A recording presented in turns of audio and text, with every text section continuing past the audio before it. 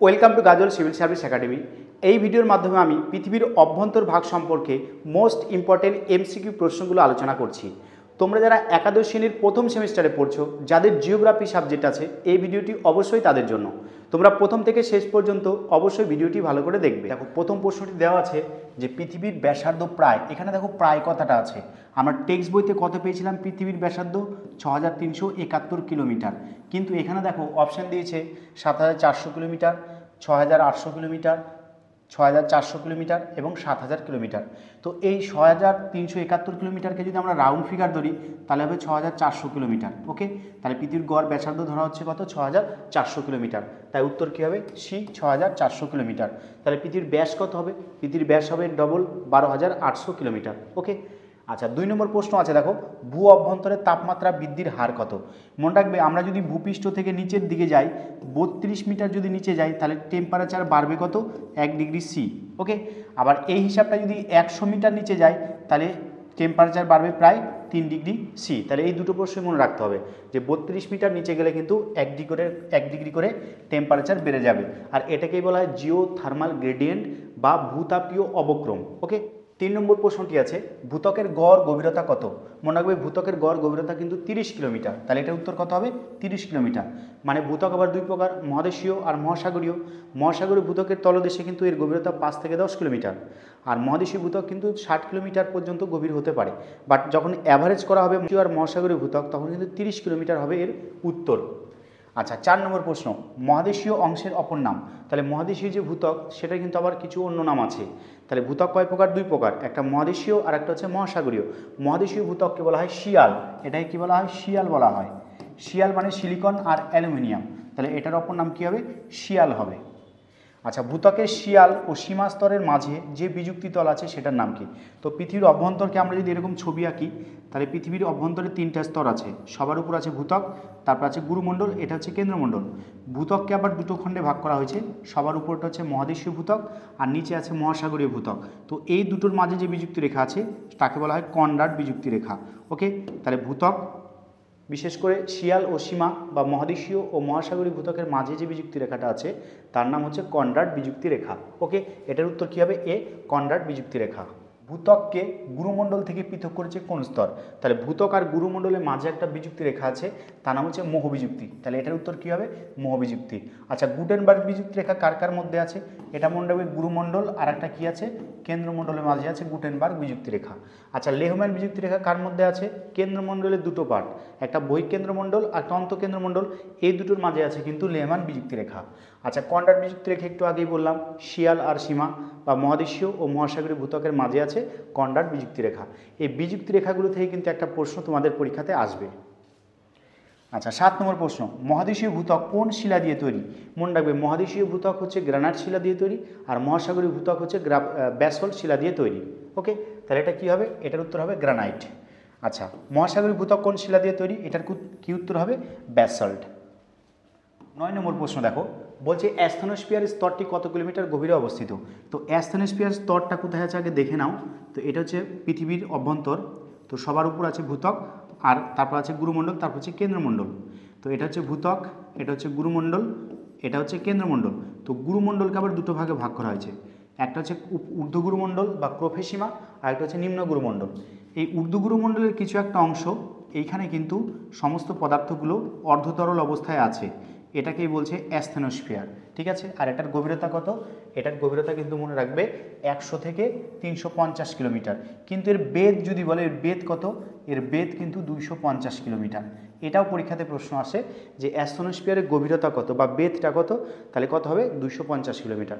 আর কত থেকে কত পর্যন্ত যদি বলে তাহলে কি উত্তর হবে? 100 থেকে 350 কিলোমিটার পর্যন্ত। আচ্ছা, বহিঃগুরুমণ্ডলের অপর নাম। মনে রাখবে, বহিঃগুরুমণ্ডলের অপর নাম হচ্ছে ক্রোফেসীমা। ঠিক আছে, বহিঃগুরুমণ্ডলের অপর নাম কি? ক্রোফেসীমা। দেখো, ক্রোফেসীমা বানানটা ইংলিশে এরকম লেখে, ক্রোফেসীমা। মানে এইখানে ক্রোমিয়াম, লোহা, সিলিকা, ম্যাগনেসিয়াম এই উপাদানের সমন্বয়ে গঠিত হয়েছে ঊর্ধ্বগুরুমণ্ডল, তাই একে সংক্ষেপে বলা হয় ক্রোফেসীমা। এটা ক্রোফেসীমা হবে। ওকে, 11 নম্বর প্রশ্ন, অন্তঃগুরুমণ্ডলটি কী নামে পরিচিত? তাহলে অন্তঃগুরুমণ্ডলকে বলা হয় নিফেসীমা। ওকে, এটাকে কী বলা হয়? নিফেসীমা। মানে এর মধ্যে কি কি আছে? নিকেল, লোহা, সিলিকা আর হচ্ছে ম্যাগনেসিয়াম। তো এটার উত্তর কী হবে? সি, নিফে সীমা হবে এর উত্তর। আচ্ছা 12 নম্বর প্রশ্নটি আছে দেখো, গুরুমণ্ডল ও কেন্দ্রমণ্ডলের মধ্যবর্তী সীমানা। তো একটু আগেই বললাম গুরুমণ্ডল আর কেন্দ্রমণ্ডলের মাঝে কি আছে না, তার মাঝে কিন্তু গুটেনবার্গ বিযুক্তি রেখা আছে। 13 নম্বর প্রশ্ন দিচ্ছে দেখো, বহিস্থ কেন্দ্রমণ্ডল ও অন্তঃস্থ কেন্দ্রমণ্ডলের মধ্যবর্তী বিযুক্তি রেখা। তাহলে কেন্দ্রমণ্ডলের দুটো ভাগ বললাম, তাহলে এরকম যখন দেখালাম কেন্দ্রমণ্ডল, এটা হচ্ছে ভূত্বক, গুরুমণ্ডল, কেন্দ্রমণ্ডল, এর মাঝে দুটো, এটা একটা এটা একটা, এটাকে বলা হয় লেহম্যান বিযুক্তি রেখা। ওকে, এটার উত্তর কী হবে? লেহম্যান বা লেম্যান বিযুক্তি রেখা। এর আরেকটা নাম আছে, এটাকে বলা হয় বুলেন বিযুক্তি রেখা। তাহলে লেম্যান বিযুক্তি রেখার অপর নাম কি? বুলেন, বয়স্য লয়কার দন্তন্য, বুলেন বিযুক্তি রেখা। ওকে। আচ্ছা 14 নম্বর প্রশ্ন, কেন্দ্রমণ্ডলের বিস্তার কত? তো কেন্দ্রমণ্ডলের বিস্তার মনে রাখবে, এটা 0, 0 পর এটা হয় 30, এটা হচ্ছে 2900, আর এটা হচ্ছে 6371 কিমি। তাহলে এই জায়গাটুকু কেন্দ্রমণ্ডল, মানে 2900 থেকে কত? 6371 কিলোমিটার। উত্তর হবে এ, 2900 থেকে 6371 কিলোমিটার। 15 নম্বর প্রশ্ন কি বলেছে? কেন্দ্রমণ্ডলের মূল উপাদান। মনে রাখবে কেন্দ্রমণ্ডলকে সংক্ষেপে বলা হয় নিফে, NIFE, নিকেল আর হচ্ছে লোহা, ফেরাস মানে হচ্ছে লোহা। তাহলে এর সমন্বয়ে গঠিত, তাই এটাকে কী বলা হয়? নিফে। তাহলে নিকেল আর লোহা কোথায় আছে? সি নম্বর, তাই উত্তর হবে সি। 16 নম্বর প্রশ্ন, পৃথিবীর কেন্দ্রমণ্ডলের গড় তাপমাত্রা কত? মনে রাখবে পৃথিবীর কেন্দ্রমণ্ডলের গড় তাপমাত্রা কিন্তু 6000 ডিগ্রি সেলসিয়াস। ওকে, আর সূর্যের বহির্পৃষ্ঠের তাপমাত্রাও কিন্তু 6000 ডিগ্রি সেলসিয়াস। তাহলে উত্তর কী হবে? 6000 ডিগ্রি সেলসিয়াস, বি। কেন্দ্রমণ্ডলের ঘনত্ব কত? কেন্দ্রমণ্ডলের ঘনত্ব কিন্তু সবচেয়ে বেশি, 9.1 থেকে 13.1 গ্রাম প্রতি ঘন সেন্টিমিটার। তো পৃথিবীতে উত্তপ্ত তরল অবস্থায় ছিল, তারপর তাপ বিকিরণ করে যখন শীতল হয়েছে, তখন ভারী উপাদানগুলো থিতিয়ে থিতিয়ে কেন্দ্রমণ্ডলে পৌঁছে গেছে, তাই কেন্দ্রমণ্ডলের ঘনত্ব কিন্তু সবচেয়ে বেশি। আর লোহা আর হচ্ছে নিকেলের ঘনত্ব যত উপাদানগুলো আছে তার মধ্যে সবচেয়ে বেশি। 18 নম্বর প্রশ্ন আছে দেখো, বলছে ভূকম্পের কম গতিবেগ অঞ্চল, বা এটাকে বলছে লো ভেলোসিটি জোন কোন অঞ্চলে? মনে রাখবে অ্যাস্থেনোস্ফিয়ারকে বলা হয় লো ভেলোসিটি জোন বা কম ভূকম্প গতিবেগ অঞ্চল। কেন? এই স্তরের মধ্য দিয়ে যখন ভূমিকম্পের পি আর এস তরঙ্গ যায়, তখন কিন্তু তার গতিবেগ অনেকটা কমে যায়, তাই এটাকে বলা হয় লো ভেলোসিটি জোন, অ্যাস্থেনোস্ফিয়ারকে। আর অ্যাস্থেনোস্ফিয়ার কত মিটার গভীরে আছে? কত কিলোমিটার গভীরে আছে? 100 থেকে 350 কিলোমিটার গভীরে কিন্তু অ্যাস্থেনোস্ফিয়ার অবস্থিত। অ্যাস্থেনোস্ফিয়ার মেনলি ঊর্ধ্বগুরুমণ্ডল অংশটায় অবস্থিত। আচ্ছা, লোহা ও ম্যাগনেসিয়াম কোন স্তরের উপাদান? লোহার ম্যাগনেসিয়াম, মনে করে দেখো ক্রোফেসীমা ছিল, ক্রোফেসীমা অ্যান্ড নিফেসীমা ছিল। দেখো তো এর মধ্যে মেন উপাদানগুলো আছে দেখো লোহার ম্যাগনেসিয়াম। তাহলে কী হবে? এর উত্তর হবে গুরুমণ্ডল। বহিস্থ ও অন্তঃস্থ কেন্দ্রমণ্ডল, তাহলে এই কেন্দ্রমণ্ডলের মাঝে যে বিযুক্তি রেখা সেটাকে বলা হয় লেহম্যান বিযুক্তি রেখা বা লেম্যান বিযুক্তি রেখা। 21 নম্বর প্রশ্ন আছে দেখো, মোহ বিযুক্তি রেখা ও গুটেনবার্গ বিযুক্তি রেখার মধ্যবর্তী স্তরটির নাম কি? তাহলে মোহ বিযুক্তি রেখা আর গুটেনবার্গ বিযুক্তি রেখা এর মাঝে কিন্তু আছে কি না, গুরুমণ্ডল হবে উত্তর। 22 নম্বর, নিম্ন গুরুমণ্ডলের অপর নাম। ভীষণ ইম্পর্টেন্ট প্রশ্ন। তো নিম্ন গুরুমণ্ডলকে কি বলা হয় জানো? মেসোস্ফিয়ার বলা হয়। ঊর্ধ্ব গুরুমণ্ডলকে যেমন অ্যাস্থেনোস্ফিয়ার বলা হয় বা ক্ষুব্ধমণ্ডল, অ্যাস্থেনোস্ফিয়ার মানে কিন্তু ক্ষুব্ধমণ্ডল, সেখান থেকে ভূমিকম্প অগ্নুৎপাত হয়, ওই জন্য ঊর্ধ্ব গুরুমণ্ডলকে বলা হয় অ্যাস্থেনোস্ফিয়ার বা ক্ষুব্ধমণ্ডল। বাট গুরুমণ্ডলের যেটা নিচের পার্ট সেটাকে বলা হয় নিফেসীমা বা মেসোস্ফিয়ার, নিফেসীমা বা মেসোস্ফিয়ার। ওকে। ভূত্বক গঠনকারী উপাদানগুলির মধ্যে সবচেয়ে বেশি, মনে রাখবে ভূত্বক গঠনকারী উপাদানগুলির মধ্যে সবচেয়ে বেশি আছে কিন্তু অক্সিজেন, এর পরিমাণ কত? 46.6%। ওকে, তারপরে আছে কিন্তু কি না সিলিকন। তাহলে ভূত্বক গঠনকারী সবচেয়ে বেশি উপাদান কিন্তু অক্সিজেন। আর যদি বলতো পৃথিবী গঠনকারী প্রধান উপাদান কি, সেক্ষেত্রে কিন্তু হতো লোহা, 30%-এর বেশি কিন্তু টোটাল পৃথিবীকে যদি ধরি তাহলে কিন্তু লোহার ভাগটা বেশি হবে। আচ্ছা, ভূ অভ্যন্তরে গঠনকারী সর্বপ্রধান উপাদান যেটা বললাম এটা উত্তর হবে লোহা, প্রায় 32%-এর কিন্তু বেশি আছে পৃথিবীর মধ্যে লোহার ভাগটা। আর লোহা নিয়ে গঠিত কোন স্তর, সেটা উত্তর কিন্তু হবে কেন্দ্রমণ্ডল।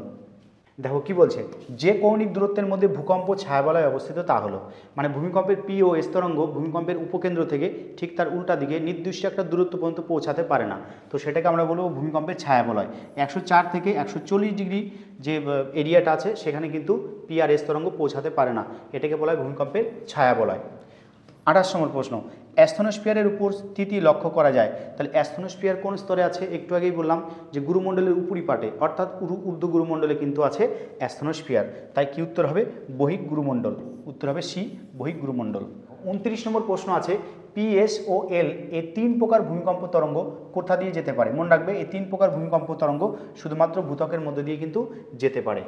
আচ্ছা, অ্যাস্থনোস্ফিয়ারের মধ্য দিয়ে কোন ভূতরঙ্গ যেতে পারে? অ্যাস্থনোস্ফিয়ারের মধ্য দিয়ে মনে রাখবা পি ও এস, এই দুটো তরঙ্গ কিন্তু যেতে পারে। আর এল তরঙ্গ শুধুমাত্র ভূপৃষ্ঠের মধ্য দিয়ে প্রবাহিত হতে পারে। গুরুমণ্ডল বলো, কেন্দ্রমণ্ডল বলো, সেখানে কিন্তু এল তরঙ্গ যেতে পারে না। ওকে, আর এই পি ও এস তরঙ্গকে বলা হয় দেহ তরঙ্গ বা বডি ওয়েভ। Body wave. আচ্ছা, বেনো গুটেনবার্গ গুরুমণ্ডল ও কেন্দ্রমণ্ডলের মাঝে একটা বিচ্ছেদ তল আবিষ্কার করেছে। তাহলে গুরুমণ্ডল আর কেন্দ্রমণ্ডলের মাঝে যেটা আছে সেটা হচ্ছে গুটেনবার্গ বিযুক্তি রেখা। সেটা আবিষ্কার হয় কত সালে? না 1912 সালে। 32 নম্বর প্রশ্ন, ভূপৃষ্ঠ থেকে 100 কিলোমিটার গভীরতায় তাপমাত্রার পরিমাণ কত? মনে রাখবে, ভূপৃষ্ঠ থেকে যদি 100 কিলোমিটার গভীরে যায় তাহলে তাপমাত্রা কত হবে? 1000 ডিগ্রি সেলসিয়াস হবে। ওকে, একটু আগে বললাম যে 32 মিটার যদি নিচে যায় তাহলে কত বাড়বে? আমাদের 1 ডিগ্রি সি করে বেড়ে যাবে টেম্পারেচার। তো সেই হিসাবে 1000 মিটার নিচে যদি যায় তাহলে কিন্তু উষ্ণতা কত? 100 কিলোমিটার নিচে যদি যায় তাহলে উষ্ণতা কত হবে? না 1000 ডিগ্রি সেলসিয়াস হবে। আচ্ছা, লেহম্যান বিযুক্তির অপর নাম কি? মনে রাখবে, লেহম্যান বিযুক্তির অপর নাম কি? বুলেন বিযুক্তি রেখা। এটা কোথায় কোথায় আছে? কেন্দ্রমণ্ডলের যে দুটো পার্ট, বহিঃকেন্দ্রমণ্ডল আর অন্তঃকেন্দ্রমণ্ডল, ওর মাঝে কিন্তু আছে লেহম্যান বা বুলেন বিযুক্তি রেখা। 34 নম্বর প্রশ্ন দেখো, বলছে কত খ্রিস্টাব্দে মোহরভিষিক ভূত্বক ও গুরুমণ্ডলের মাঝে বিযুক্তি তলের অস্তিত্ব খুঁজে পান? তাহলে মোহরভিষিক বিযুক্তি তল সেটা কিন্তু 1909 খ্রিস্টাব্দে খুঁজে পান। কার কার মধ্যে? না সেটা কিন্তু ভূত্বক আর গুরুমণ্ডলের মাঝে। ওকে, পৃথিবীর অভ্যন্তরভাগের প্রধানত কটি স্তর? 3টি স্তর আছে। একটা হচ্ছে ভূত্বক, একটা হচ্ছে গুরুমণ্ডল, আর একটা কি? না কেন্দ্রমণ্ডল। এটা কিসের ভিত্তিতে ভাগ করেছে? এটা ভাগ করছে মেনলি ভূমিকম্পের তরঙ্গের গতিবিধি বিশ্লেষণ করে। কেন্দ্রমণ্ডল পৃথিবীর কেন্দ্রের চারদিকে কত কিলোমিটার পর্যন্ত আছে? এটাকে ভালো করে বোঝো। তাহলে এটা ধরো ভূত্বক উপরেরটা, এটা গুরুমণ্ডল, এটা কেন্দ্রমণ্ডল। এটা 0 কিমি, এটা 30 কিমি, এটা 2900 কিমি, আর এটা কত? 6371 কিমি। ওকে, তো এই যে কেন্দ্রমণ্ডল, তাহলে এখান থেকে এখান পর্যন্ত এইটুকু জায়গা আছে। তাহলে এটাকে যদি আমরা বিয়োগ করি 6371, এর থেকে 2900 যদি বিয়োগ করি তাহলে এটার উত্তর হবে কত? 3471 কিমি। তাহলে এর উত্তর কত হবে? 3471 কিমি। তাই উত্তর হবে বি। 37 নম্বর আছে দেখো, নিম্নলিখিত প্রশ্নগুলির মধ্যে কোনটির ঘনত্ব সবচেয়ে বেশি? মনে রাখবে, কেন্দ্রমণ্ডলের ঘনত্ব সবচেয়ে বেশি। কত?